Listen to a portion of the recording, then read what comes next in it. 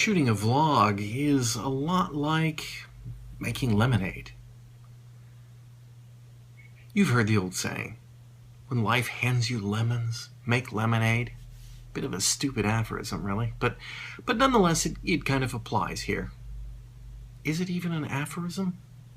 Is aphorism the right word? Did I just make that up on the spot?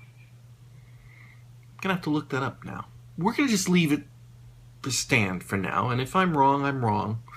But I'm gonna stand by that. Anyway, what I'm getting at is there are things in this world who, perhaps on a day-to-day basis, pop up and annoy me. Under normal circumstances, that just adds stress. Life's too short for that. But having a vlog, I now have something to talk about. So, whereas this could have been a completely dull and boring day, now I can complain about Freestyle Coke machines. Perhaps you know what a Freestyle Coke machine is. It's one of these new style soda fountains that restaurants are putting in that Coke has devised. And they're a single machine with a computer display touch screen in the front. And they, instead of using the old style boxes of syrup and then carbonated water to be mixed, they still use carbonated water obviously, they use something that's very much like an HP inkjet cartridge that has the flavor, and it uses that to produce the various sodas. So these single machines can produce sometimes hundreds of different flavors of soda. Now the problem with that is twofold. The first is, if you have a big soda fountain like you do here, let's say at this one at Quick Trip, you can get 3, sometimes 4 people getting their soda all at once at this. But if you switch over and go to this Freestyle soda machine, you can only get one person in line at a time. And because it requires work to get your soda, select the type soda, then select any of various options for the soda, plus you get the ice in the exact same spot that you get the soda from, so you can't, have people stacking up to get the ice. They get lines. They form lines. In any busy restaurant, they form lines and everything goes slower.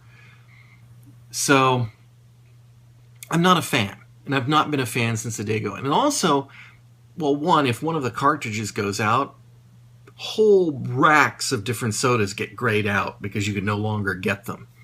That's no good. Plus, it's a computer screen, and if anything, 20 or 30, oh my gosh, 30 years of computer tech support have taught me, wow, is it that long? Is that people are not always comfortable or competent with computers. And so they get up there and they get flustered by the machine. They don't know what to do. They have to call somebody else, one of their kids. It's like, what do I do? And just like at ATMs, I mean, how long have we had ATMs for banking transactions and still people cannot work them competently? The same is true with Freestyle soda machines. It should be a dawdle. But in fact, it's an absolute chore for some people, and it makes it a chore for everyone standing behind them. So I'm not crazy about them. So why am I complaining about them today? Because they've gotten a software upgrade. This is even worse. They're going to change the user interface. Oh, they've just changed it a little bit. Here's a shot I grabbed of it today.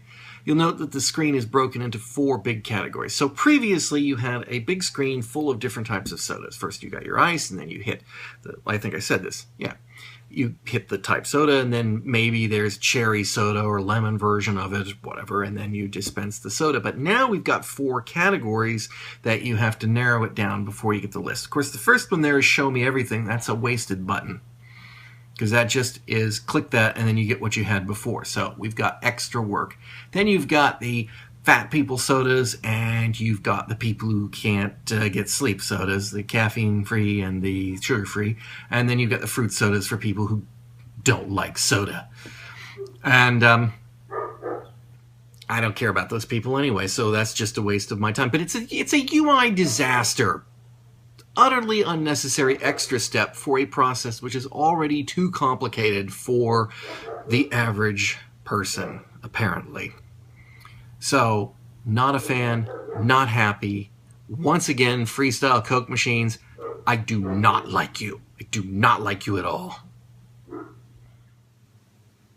As you saw yesterday, the chroma key isn't perfect, but I don't have ideal situation. I didn't have a place to stretch the thing out properly. So, but I was able to put a pretty fairly convincing key together, suitable for my purposes, at least initially.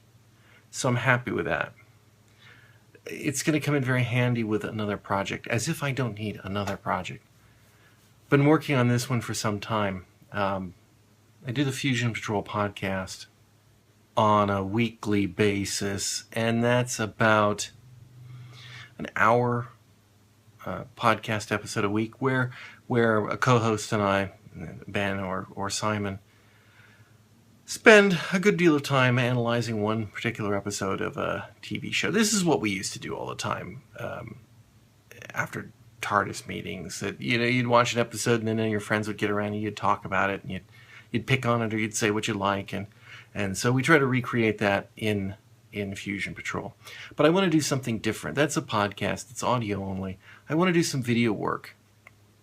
And I want to do some short, maybe 2-minute, more objective things. And I don't know what yet. I need something. I need something, a hook, a gimmick that's uniquely the Fusion Patrol mini reviews that we can do on things that I watch that we're never going to review, like episodes of Star Trek or episodes of Babylon 5 or The Flash, The Arrow, anything like that, any genre style show.